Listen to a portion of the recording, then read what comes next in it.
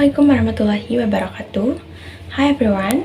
Today I will present a recent study titled Inclusive Content Reduces Racial and Gender Biases, Yet Non-Inclusive Content Dominates Popular Culture by Noor Al-Dahol and colleagues, published in 2024.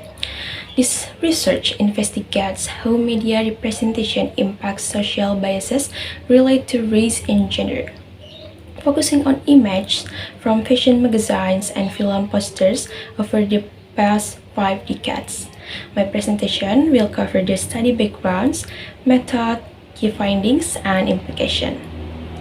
First slide is introduction.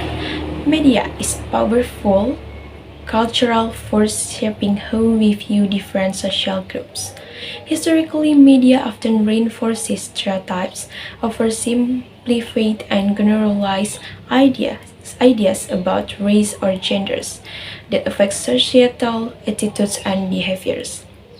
For example, certain racial groups might be underrepresented or shown only limited roles, while gender roles might be portrayed in stereotypical ways, such as women mostly in domestic roles or men as dominant figures. This study addresses the important question: can more inclusive media content actually reduce these biases?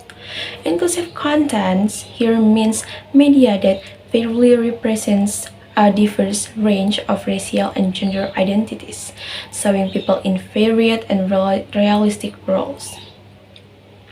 By examining visual content over a long period, the researchers want to uncover trends in representation and how inclusivity in media can challenge or reinforce stereotypes. Next, research objective. The researchers set out with two main goals. First, they wanted to determine if inclusive media content effectively reduces racial, gender biases in popular culture.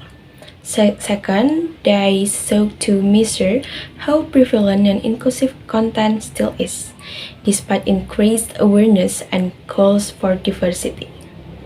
To do this, they analyzed a massive dataset of over 300,000 images from fashion magazines and movie posters spanning from 1970 to 2020. This long time frame allows the study to capture shift in media representation across generations and cultural moments, providing robust evidence on whether progress towards inclusivity is actually happening. Next, methodology. Let's talk about how the researchers approached this study. They collected images from two major media types: fashion magazines, which often set cultural standards for beauty and identity, and movie posters, who reflect popular storytelling and casting choices. Next, they used advanced machine learning techniques to classify these images as either inclusive or non-inclusive. The classification was based on the visible racial and gender diversity in each image. For example, an image showing people from different racial backgrounds or mixed gender representation would be considered inclusive, while one dominated by a single race or traditional gender stereotypes would be non-inclusive.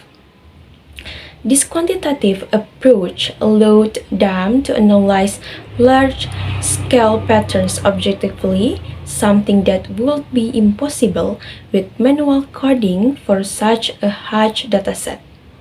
They also examined how those categories change over time to track progress or stagnation in media representation. Next, key findings. The analysis demonstrated clearly that inclusive content significantly reduces racial and gender biases. When media includes diverse people portrayed in various roles, it challenges stereotypes and helps audiences see different groups more positively and realistically. However, the study also found a concerning trend. Non-inclusive content still dominates the media landscapes. Despite progress, a majority of the images across decades are non-inclusive, often reinforcing narrow and stereotypical representation. This imbalance means that while inclusive media has a positive impact, its influence is limited by the sheer volume of non-inclusive portrayals that persist. These portrayals continue to shape public perception in ways that maintain existing biases and inequalities. And the last one, implication. These findings carry important implications for society and media industry. First, media producers must recognize their role in either perpetuating or challenging societal biases. By prioritizing inclusive content, they can help promote equality and reduce harmful stereotypes. Second, policymakers and advocates can use this evidence to push for regulation or incentives can encourage diversity in media production. Lastly, this study highlights the value of ongoing research using data-driven methods to monitor media representation. Continuous assessment can help track progress and identify areas needing improvement. Together, creators, regulators, and researchers can work toward a media environment that better reflects and supports social diversity and inclusion.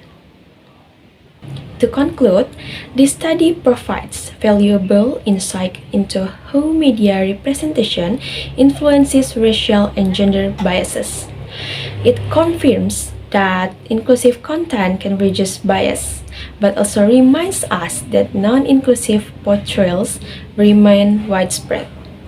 That's all from me. Thank you for your attention. Wassalamualaikum warahmatullahi wabarakatuh.